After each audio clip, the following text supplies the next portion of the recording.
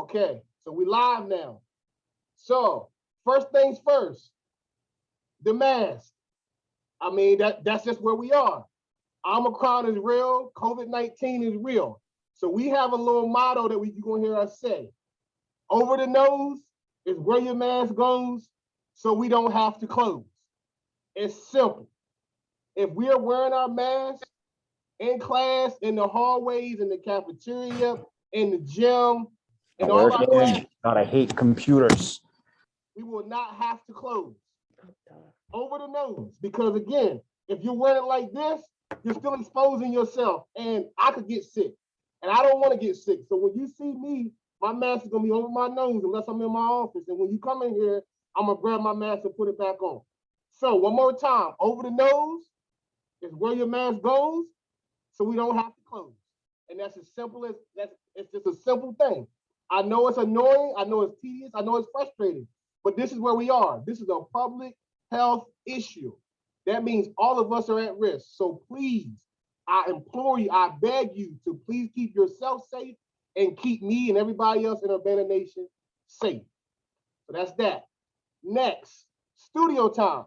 So studio time is our initiative for 9th and 10th grade to try to make sure we're giving them some social emotional learning opportunities, as well as academic tutoring and all things related to how we can improve ourselves in our school for our 9th and 10th graders.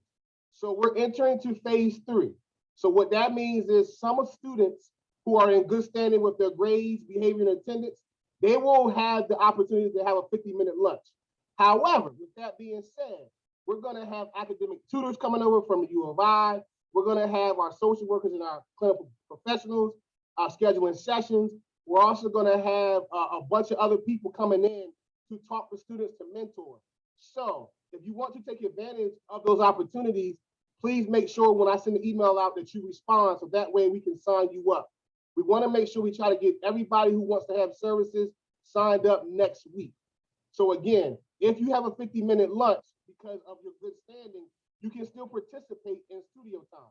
Now, for those who have D's and F's, for those who have referrals, for those who have poor attendance, you're going to be still scheduled for studio time. It's not a penalty. We're trying to make sure that you increase your academic behavior and social emotional excellence in our school.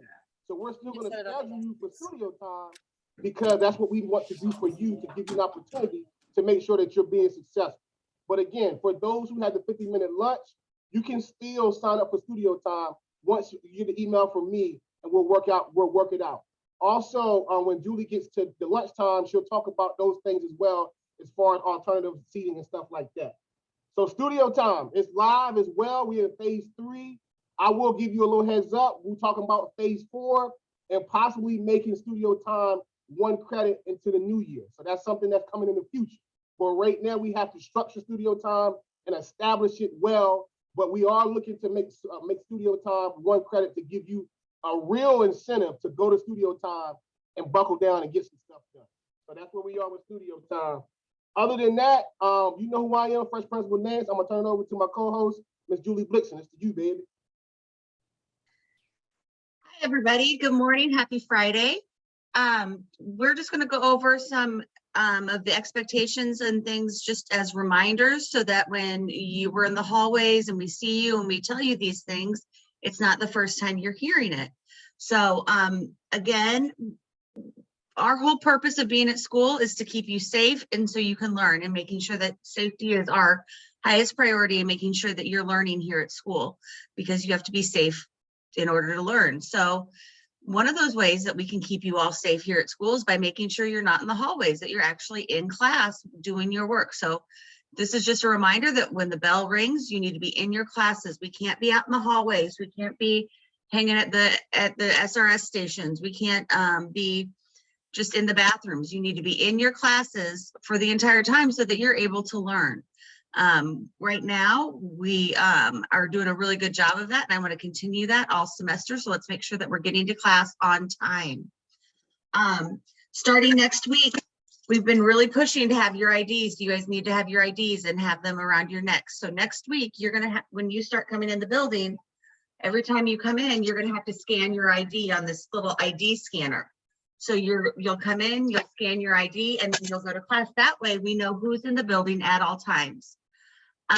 So we need to make sure that when you have your ID, if you don't have your ID with you that day, you're gonna have to wear a big orange sticker on your shirt that says a temporary ID. So if I were you, I would have your IDs. We have extra lanyards if you need them. Starting Monday, you're going to need your ID to scan in. So make sure you have your IDs and around your neck so that you are able to get in and out of the building. When you leave, juniors and seniors, when you leave for lunch, you'll need to scan out so that we know that you've left the building, because we need to know who's in our building at all times. The scanners will be at doors 1, 3, and 9. So those are the doors that you must go in and out at all.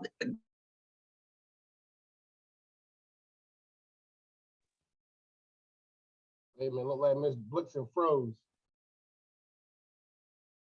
So door 1, 3, and 9, that's where the scanners are gonna be. So make sure you have your IDs around your neck so you can scan in and out of the building. I'll move on to our lunch procedures. So with our lunch procedures, one of the biggest changes to our lunch procedures is the fact that we no longer have outdoor seating. And that's obviously because of the inclement weather. It is below 0 outside. Wind chill factors are going through the roof. And so we're not going to have outside seating, which means we're going to have an increase of students on the inside. So we do have an increase from studio time, but we'll also have an increase of students coming in because of the inclement weather. So I'll give you our numbers. Pre-COVID, we could fit in our cafeteria about 392 students, almost 400 students. With social distancing, we can fit about 275 comfortably in our cafeteria. And so what that means is it's going to be a little extra. It's going to be tight in there because of your perception. Because before studio time changes and before kids were outside, we may only had 100 to 150 students in the cafeteria. So you could, put your feet up and have, you could have so much space at a table. Now it's going to be 4 seats to a table. So that's going to change your perception and make you feel like, you know what, man, it's tight in here. But really, we still are socially distancing. If you look at all of the tables and all of the chairs, Mr. Dan and Mr. JJ and I have walked through to make sure that there's adequate spacing. So, September, October, November, you had about 100 to 125 students in the cafeteria. Now, because of inclement weather and because of studio time, we're going to be a little over 200. But it's still socially distanced. It's still safe in our cafeteria. So I just want to make sure I point that out. Your perception has to be changed a little bit because you're used to only having 100 kids in the cafeteria and you could chill and you have so much more space. But even with the setup right now, we can still fit comfortably about 275 kids in our cafeteria. We've also added a row of tables on our stage. So that's another area as well. And we are going to have like an overflow area in our cafeteria. Well, not in the cafeteria, but in it's a room adjacent to the cafeteria. So we will start to use that room next week for any students that have anxiety issues or don't like to be in spaces with high volumes of people. We will have an opportunity for you to go into our overflow room. Also for our 9th and 10th graders, if that's an issue for you and you want to still be in studio time, like I said before, you can still sign up if you don't want the whole 50-minute lunch in the cafeteria. We'll still have you have spaces for you to sign up for studio time in the meantime. So that's basically the changes for our lunch procedures. So I'll move on to our freshmen and sophomores for studio time. You have to have a sticker on the back of your ID that says 4L or 5L. That means we know you're in the cafeteria for 50 minutes. If you have a sticker on the back of your ID that says 4B and you in 4A lunch, we're gonna check that and send you out. Same thing if you got a sticker that says 5B and you try to chill for the whole 50 minutes. You may get away with it right now. I'll be honest with you. You probably getting away with it today, but I'm telling you next week, we're gonna be checking them IDs. And if your sticker has a different number and you in lunch, we're gonna send you up out of there. Because we want you to be in studio time because again, it's gonna be a place for you to get some makeup work done and get your social, emotional, and behavior skills right. So that way you know how to regulate your emotions. When somebody's making you mad and getting in your grill, you know how to respond the right way. So that's what our support services team is gonna be focused on. So again, If you have a 4L or a 5L, you have 50-minute lunch.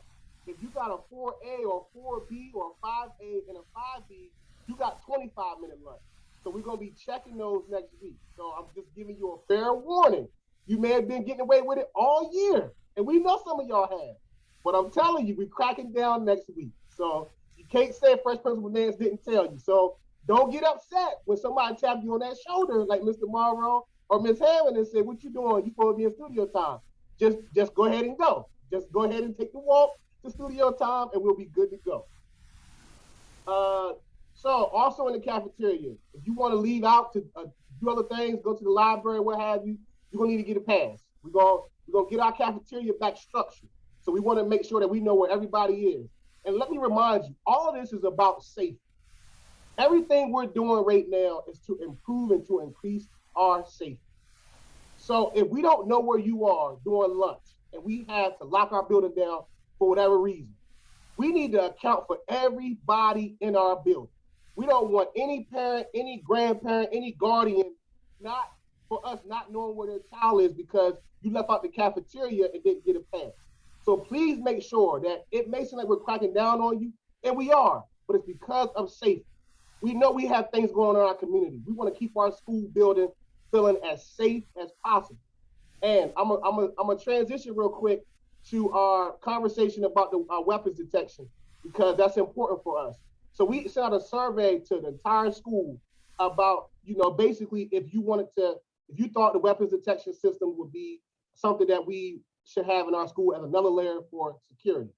So the survey went out, and one of the questions that I really thought was critical was, do you feel safe in the building right now, what we got going on? So 323 students filled that survey out, and 70% of the students said they feel safe in the building, what we got going on right now.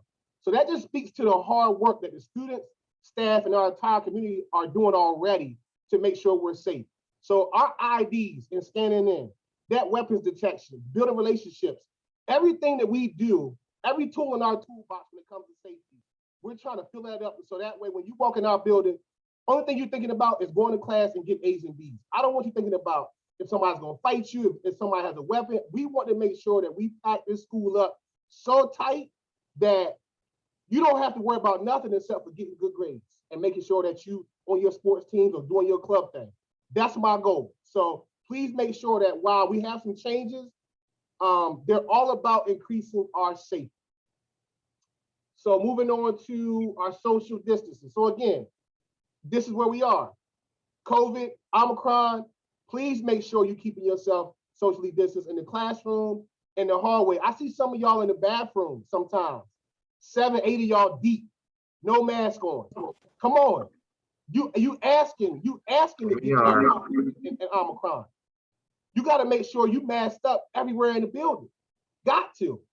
And so again, when you're in the bathroom, when you're in a space with your friends, if you're talking back and forth, you need to have your mask over your nose. You need to make sure that you're keeping yourself safe, because when you leave school, you're going home. So if you happen to be close to your friends in school longer than 15 minutes and then go home and you wasn't wearing a mask, you putting your family at risk. And I know nobody want to put their family in jeopardy. I don't, and I know you don't. So we got to make sure that we're following all of our guidelines to ensure that everybody in our school is being safe. Now, with that being said, we are in person. Let me just put it out there. We are not going remote unless the district office tells Fresh Principal Nance this is where we're going. As of today, next week, moving forward, we are in person. If you choose to keep yourself safe and you want to stay home because your family has made that decision, they need to email our attendance clerk, Miss April Thomas, to work those things out. But as of today and moving forward, we are in person. I understand the heightened, situation we're in. We get it. But I think we do a pretty darn good job of trying to make sure we keep our schools safe. I know that some people on the outside and the perception, I get that. But I know what I'm doing in here. I know what each and every one of my staff members and all of our students are doing in our school. So I'm quite pleased with where we are right now. So our COVID numbers are not to the point percentage-wise where we have to even have those conversations. I'm checking in with Ms. Norton and Dr. Ivy Tatum every day about our numbers and things of that nature. So please just understand that we're not going remote, we're in person.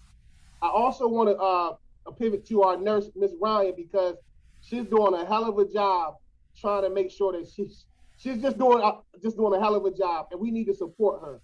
So I'm probably going to be sending out an email to the staff to ask if anybody wants to, try to support Miss Nurse Ryan, because she needs it. With contact tracing, it is a daunting task, and it's about 10 steps that need to happen whenever we do have a kid who tests positive. So I want to make sure that our nurse stays our nurse, and we need to support her. So I will be reaching out to some people in our school community to try to make sure we're supporting those efforts, because the contact tracing is the next step. Because if a kid tests positive, we want to know as a school community who that kid has been around for longer than 15 minutes without a mask on or what have you. Hopefully, it won't be no close contacts. Hopefully, when we send an email out, there are no close contacts. But unfortunately, there probably will be some. So we need to make sure those parents and those students know that they're in close contact and they need to be quarantined. So it's an ongoing process. It's about 10 to 12 steps. So I really want to make sure that our nurse is feeling like she's being supported by our school community. We have the district support as well, but they're dealing with all the other schools. And so we want to make sure that in-house at Urbana Nation that we're supporting our nurse. So just start thinking about that as well. And if you're interested in supporting our nurse, it's a lot of computer email work. It's not physical, it's computer email work. So if you want to support our nurse, please send me an email and we can have a conversation about that and try to get you set up to really help mitigate some of these steps that we have to take for every single student who tests positive in our building. And finally, Coach Waller has an update. Did you want me to do it or you want to do it, Coach? I can shut up. Principal Nance. Yes.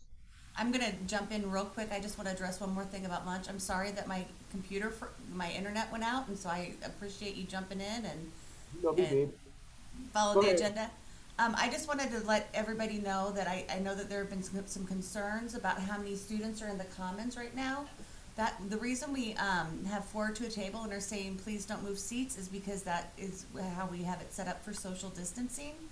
Our commons holds over 400 students, and the busiest lunch only has 147 students in it. So just know that we are at less than 50% capacity of what we could have in the commons. So while it might seem during fourth period lunch that it's a little bit more crowded, we are at less than 50% capacity. So I want you guys to know that. And I know that going outside, since we've taken outside away for fourth and fifth period lunch just due to the inclement weather, that there have been more students in the commons. We are working on an additional space, so if you wanted to have just kind of a silent lunch to yourself that's not so overwhelming, we will have that space up and running next week. So going back to lunch real quick, Mr. Morrow brought up a good point in the chat. Underclassmen ordering food. Now let's be clear, we know it's been going on all year. I'm in the office back and forth. I see the Jimmy John's and the Wendy's and the Subways. I see it, right? We're telling you right now, it's against our policy in our handbook. So if you order food underclassmen, 9th grade, 10th grade, if you ordering food and it somehow gets misplaced or you don't get it, that's not on us. It's on you because you should not be ordering food. First Principal Nance is telling you, underclassmen, you should not be ordering food. Now, is that gonna stop y'all? Some of y'all know. Some of y'all gonna say, I hear what he's saying, but I'm gonna still do it. I'm just telling you, there's a good chance you ain't gonna get your food. And I don't want you coming in my office going crazy on me, because I'm telling you now, it's in the handbook. Check your handbook. You're not supposed to be ordering food. You've been getting away with it all year. I give you that. Now we cracking down. So please, before you spend that $26, $27, $30 on that DoorDash, because I know you got the delivery and the taxes and all that, before you do that and take a chance on not having your food, don't press submit. Cancel your order, because you remember, Fresh Principal Nance told us underclassmen, we can't do that. Now, juniors and seniors, y'all can go off campus. So freshmen, sophomore, when you get to that level, you can do those things that they can do. You're not there yet. Some of y'all think you are, and I'm telling you, you're just not there yet. You got the swag, you got the drip, but you can't do those things yet. So please, don't press submit, press cancel, and your money is in your account and you're good to go. So I want to make sure we're clear on that. Oh, planners, if you need a planner, just come to the main office. We got a whole bunch of them. So the final part of this, Coach Waller, if you want to give the basketball updates, I will see where you are. Yeah, I'm here. Okay. Yeah, good morning, everybody. Just real quick, we, due to the rise in COVID cases, we have put some limitations on the next two boys basketball games. That first one is this evening, and then the next one is next Tuesday, January 11th. With that said, we won't be selling any general admission tickets at the game. Players are allowed 4 guests, and that will be the extent of our spectators, both basketball players and cheer. And then the band folks created a special list for themselves that we will also use, just so I'm clear, student body, you just can't walk up to the game tonight and purchase a ticket. We are doing a list that the players have created at 4 guests per player. And hopefully we'll get back to our general admission, but that won't be until the end of January at the earliest. So again, for tonight's game and Tuesday's game next week, January 11th, we will be at a limited capacity where there will be no general admission tickets being sold. Go Tigers. All right, so, and I just want to clear up, I know I said a weapons detection, it's not a metal detector. If we're going to move that direction, it's specifically designed to detect small knives and pistols, things of that nature. It's not a metal detector. It's not going to go off if you have a pen that has a piece of metal on it. It's not going to go off. It's only going to go off if you have an actual weapon. So I know the term out there is metal detector. It is similar to what you walk into with Walmart and Macy's. Basically, if you walk past and if you're not trying to come in here and harm us, you're going to get a green light and you go on about your business. But if you are trying to come in here to harm somebody or harm us, it's going to red light you, and then we're going to go ahead and do what we got to do. So if we're going to move that direction, it will be late spring, probably before we start to implement that. We're going to train our staff to make sure that all of our support staff, and basically it's not extensive training. It's just you watch for the lights. If the lights are green, kids are good. If the light goes red on the kid or staff, then we have to put them to the side for secondary screening is what we call it. But it's a simple process. It's not going to be like, oh my God, what we still in school. We still, when you walk in Walmart, you're not looking and see, no, you just going to Walmart to shop. It's the same thing with school. If you come in here with your school books, with your pens and your paper and your ID, you don't have to even worry about the weapons detection because it's not going to do anything. But for those who may want to come in here and with the smoke, well, we gonna smoke you out with the wireless detect, with the weapons detection. So that's what we are. Another layer of security. But our major and most important factor when it comes to security is student relationships. I can't stress that enough. I told the board this week, we're really working hard to building positive relationships, to de-escalate you when you get upset, and to hear you out, and then to talk through those issues to get you back to class, restorative circles, restorative justice, all those things. So continue, teachers, to build up relationships with students, and we'll be good to go. Keep yourself safe. Over the nose is where your mask goes, so we don't have to close. That's it. I'm shutting it down, so I'm gonna time for the bell. It's the home of the youth, baby. You know what it is. Thank you for paying attention to Fresh Principal Nance and Ms. Blixen. Peace.